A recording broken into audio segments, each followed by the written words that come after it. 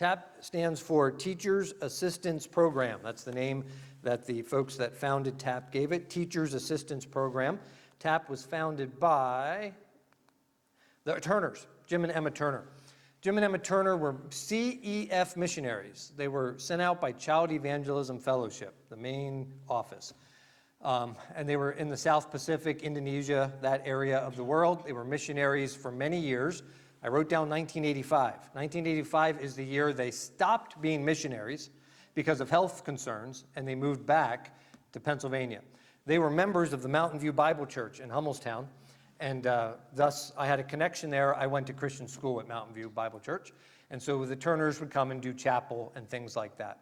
When they returned back to Harrisburg in 1985, they began to collect some of the CEF materials and Sunday school materials that they used and they liked, and they collected them in their home, and then they would send it to missionaries that they knew on the foreign fields. And so they did that from 1985 to 1997.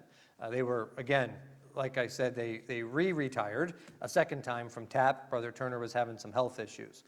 Brother Turner is now with the Lord. Emma Turner, Mrs. Turner, is still living out in the Pittsburgh area, and she keeps in close contact with TAP. We hear from her regularly. That slide I jumped over there, we send Bibles, books, Sunday school material, and then hymnals. That's the crux of what we send. And so a lot of times, I think we, TAP, are probably a lot like Community Aid or Salvation Army, where people dump off all kinds of stuff they don't want, you know? And if it has anything to do with church or a book, it gets dropped off at TAP. We get the weirdest stuff. I should show you a collection sometime of just all the crazy stuff we get. Did you know that there is a Moses action hero? Never saw one, but we have one at TAP. We get all kinds of weird stuff. And so, but the bulk of what we do, Bibles, books, so you'll see pictures, TAP is full of books. And so we're trying to send people books that they need for church ministry. So reference books, books on biblical topics like prayer or revival, or books about Jesus, or the Trinity, or doctrine, or apologetics, or hermeneutics, or all those different things, prophecy. Those are the type of books we collect and send. I have developed recently a number of outlets for books that we get that are Christian, but maybe don't meet that. Things like fiction. We joke here that we get a lot of ladies' Amish fiction donated to our library, because there's a lot of that out there. You can imagine how much of that we get at TAP, too. And I don't send that to the mission field. That's not what we're not paying to send it. I'll show you the prices in a minute of what it costs to ship. We're not shipping ladies' fiction. But I was talking to some preachers even yesterday at the conference, and I'm trying to help one that has a Christian school, that's a fairly new Christian school. They want to build up their school library. And so things like that. We have an avenue for some of that stuff that we send out. When the Turners decided that they couldn't do it anymore, they were looking for someone to take over that ministry. And Grace and Truth Bible Church, that's my father, that's Dad.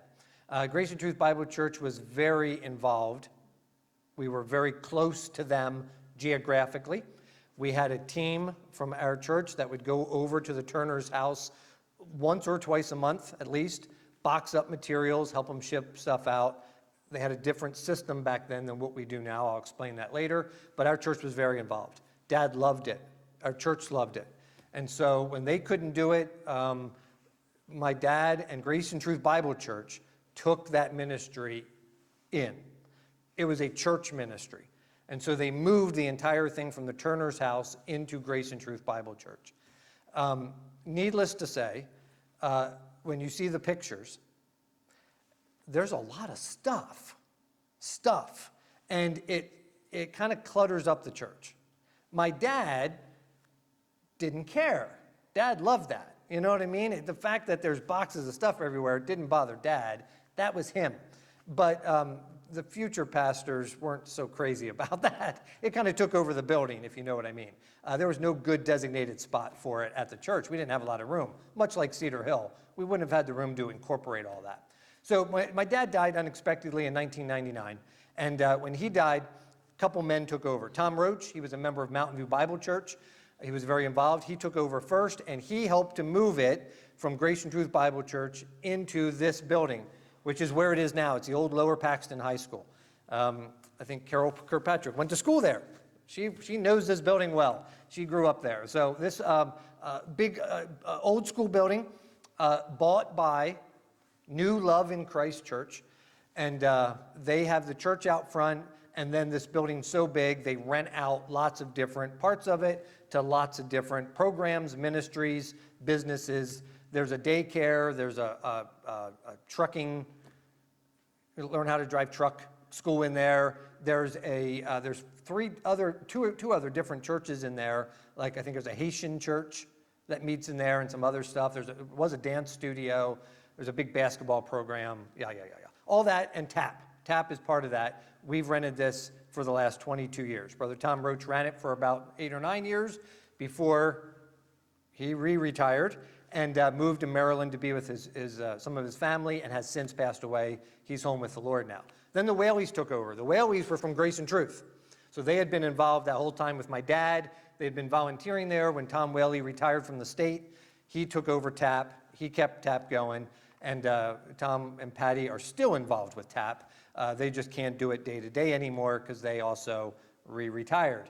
And as they're getting up in years, they needed someone else to take over it. So in 2019, I saw that in the newsletters. I was familiar with TAP. We were a big supporter of TAP. I went over and I said, I would be interested in working with this. I talked to the board at the time. There was no problem there. And so TAP is not a part of Cedar Hill Baptist Church. I take care of TAP myself. We have a board of directors. I'll talk about that in a minute. This is our facility. You probably can't see it super well. I took these pictures last week.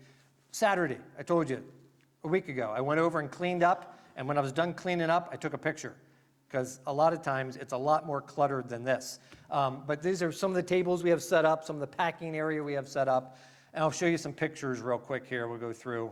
That's a nice picture of a nice shelf with books very organized. They don't all look like that, but those are some of the reference books that we've collected and are waiting to ship, waiting to send. Matthew Henry commentaries, all of G. Campbell Morgan's commentaries. There's several sets of all those on this shelf right there. There's a view just down. Again, this was, for those of you that don't know, some of you have been there, but this was the old boys' locker room. So we're right beside the gymnasium, which makes it usually loud, because there's usually a lot of stuff going on in the gym, and all the programs they have, not only are they playing basketball, but they're usually blaring really loud, obnoxious music. But that's besides the point. But we are right up against that, because we are the old boys' locker room. They took all the lockers out. They put a platform in there over where all the lockers used to be. And we have the locker room. We have the shower room. We have the ball storage room. We have the coach's office, all those different rooms. So it's a little cut up, but we have all that filled with stuff. Another nice picture. There's all of our reference material looking out through there. We have a lot of books. A lot of books is the majority of what we have. Just to give you an idea, there's just a shelf of old Bibles. A lot of the old Bibles that have been donated. Just a variety of study Bibles, reference Bibles. They are organized by shelf there. And then this is a view from the door looking back in. Just to give you an idea, you can see there's a lot of materials lined up in the hallway there. Monday, a week ago, I got up early in the morning, drove to Westchester. A lady in her garage had taken her entire church's library because they didn't want it. And she put it in her garage and called me and said, "Do you want it?" And so I drove to Westchester early in the morning, Monday morning, 2 weeks ago, and picked up a lot of that. Last Monday, the CEF office in Harrisburg, and I'm not going to get into all this, but CEF broke off of the big CEF years ago, and so the Pennsylvania main office, which is also their national headquarters of that division of CEF, is right in Linglestown. They called me. I packed the van again last Monday. Obviously, that was only a 5-minute drive, but I packed the van last Monday and filled up the hallway again after I put it all away. So it just, lots of stuff comes in. These are Bible translators in Zambia. I deal with them a lot. You'll see maybe some other pictures later. This picture is a couple years old, but these are some of the Bible translators in Zambia that we sent a bunch of stuff to. Greek lexicons, Hebrew Greek dictionaries, all that type of stuff.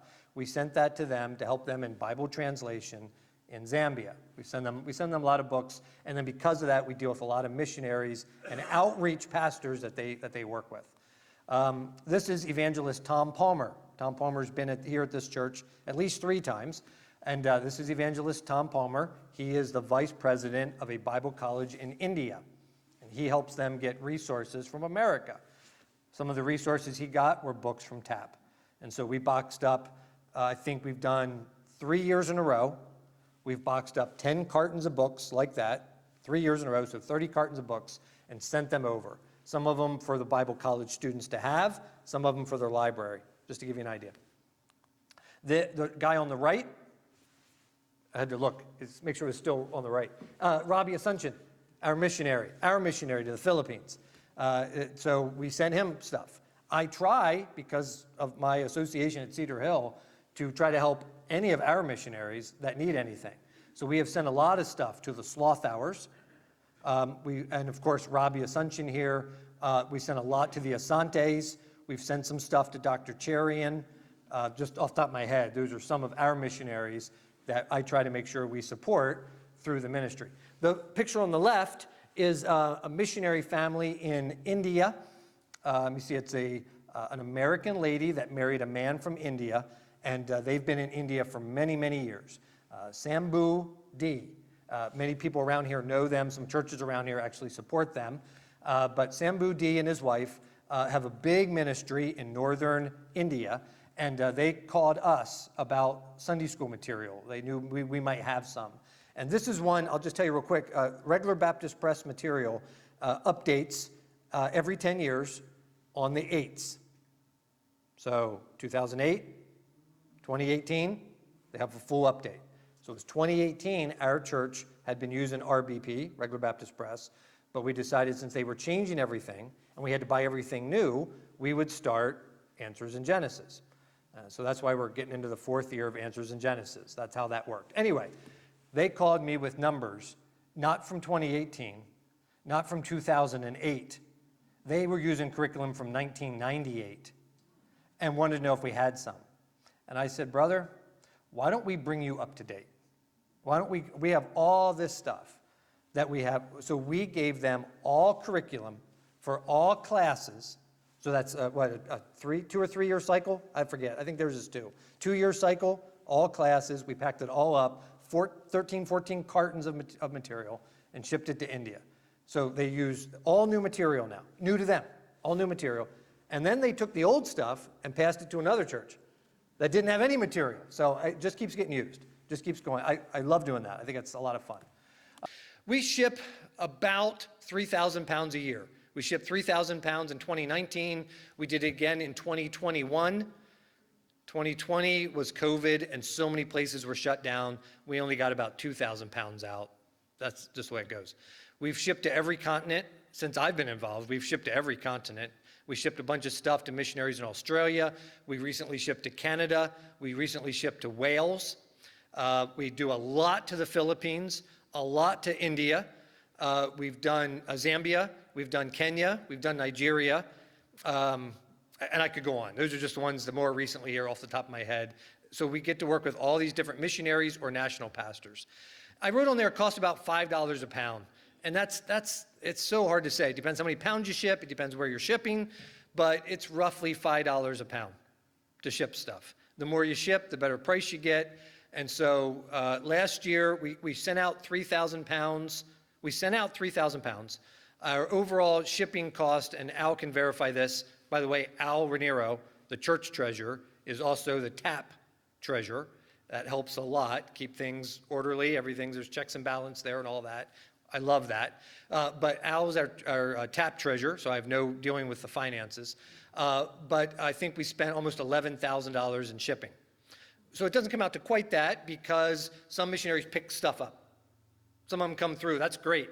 When a missionary says, can I stop by and pick up stuff? I'm like, absolutely, because shipping is free. I don't have to pay anything if they pick it up and take it with them. Some of them we were able to send. There's a couple churches where they're putting together barrels or putting together their own container. And so we shipped it media mail to the local church so they could put it on the container and take care of it from there. So that keeps our cost way down. But we spent about $11,000 in shipping last year. The budget for TAP is around $30,000 a year. It was last year. We brought in about $30,000. Biggest part of that is shipping. We don't pay much for rent. We have a van now. We don't have too many expenses for that. I cover most of the cost for that. I drive it as my second vehicle. But almost all the time, I'll tell you this. This is, right now in the back of the van are 2 boxes to get shipped at the post office because I don't like standing in line at the post office.